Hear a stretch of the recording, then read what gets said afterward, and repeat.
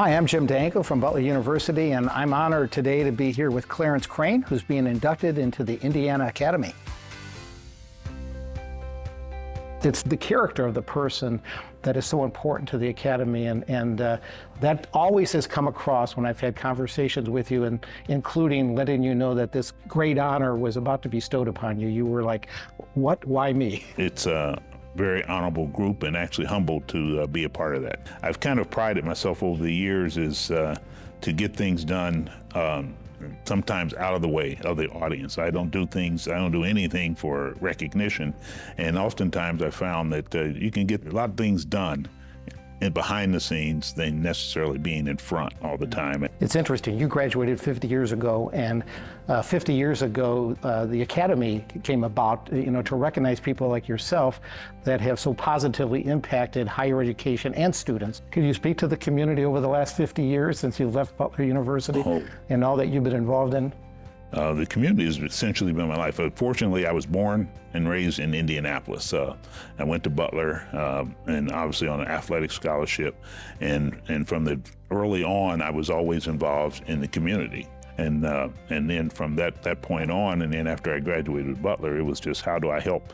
How do I help in any way that I can, and particularly with students? And it was mentoring, through the 100 Black Men. I've mentored for over 30 years. I officiated high school basketball for 19 years, and even that was it was really about being engaged with the young people. I wonder if maybe you could speak to the value of private education and all that ICI stands for. I think the value of private education and independent colleges is opportunity. I think the maximum opportunities that we give for students. When I went to Butler, it was a different time, but then when I began to get active at Butler, it was still about making things better for the students. When I was on the trustee board, I did the same way. I was on the student committee, and so it's always about the students for me.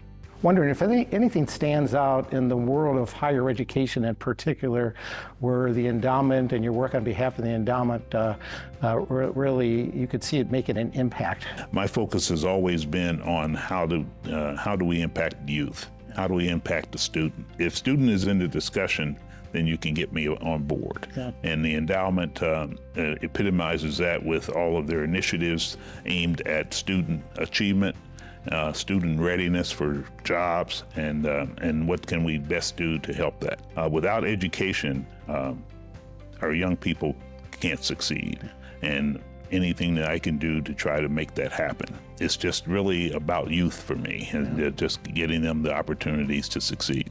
Clarence, I want to congratulate you on being inducted into the Indiana Academy. We're also proud and thankful for the work that you've done over the years. Thanks, Jim, and thank you for, again, the nomination, and it is just an honor that I'm very humbled by to be installed into the Indiana Academy.